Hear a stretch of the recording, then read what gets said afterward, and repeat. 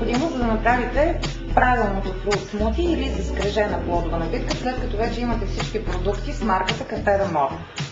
Като начало, за да не бъркате консистенцията, ви е необходима една чаша лед. Това е мярката, с която се работи.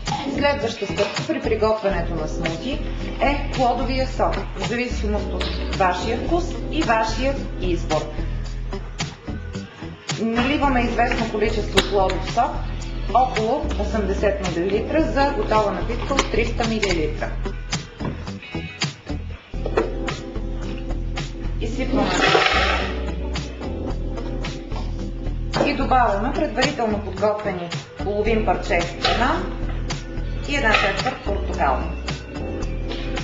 Магическата смес, задължителна за да се получи перфектното смути, това са 30 грама ванилия или специалната тайна на Café de Mort за перфектното смути. Включваме блендера и пускаме за Hamilton Beach блендерите, с които работите, имат предварително вграден таймер, така че в момента, в който блендера изключи, консистенцията е готова за консумация.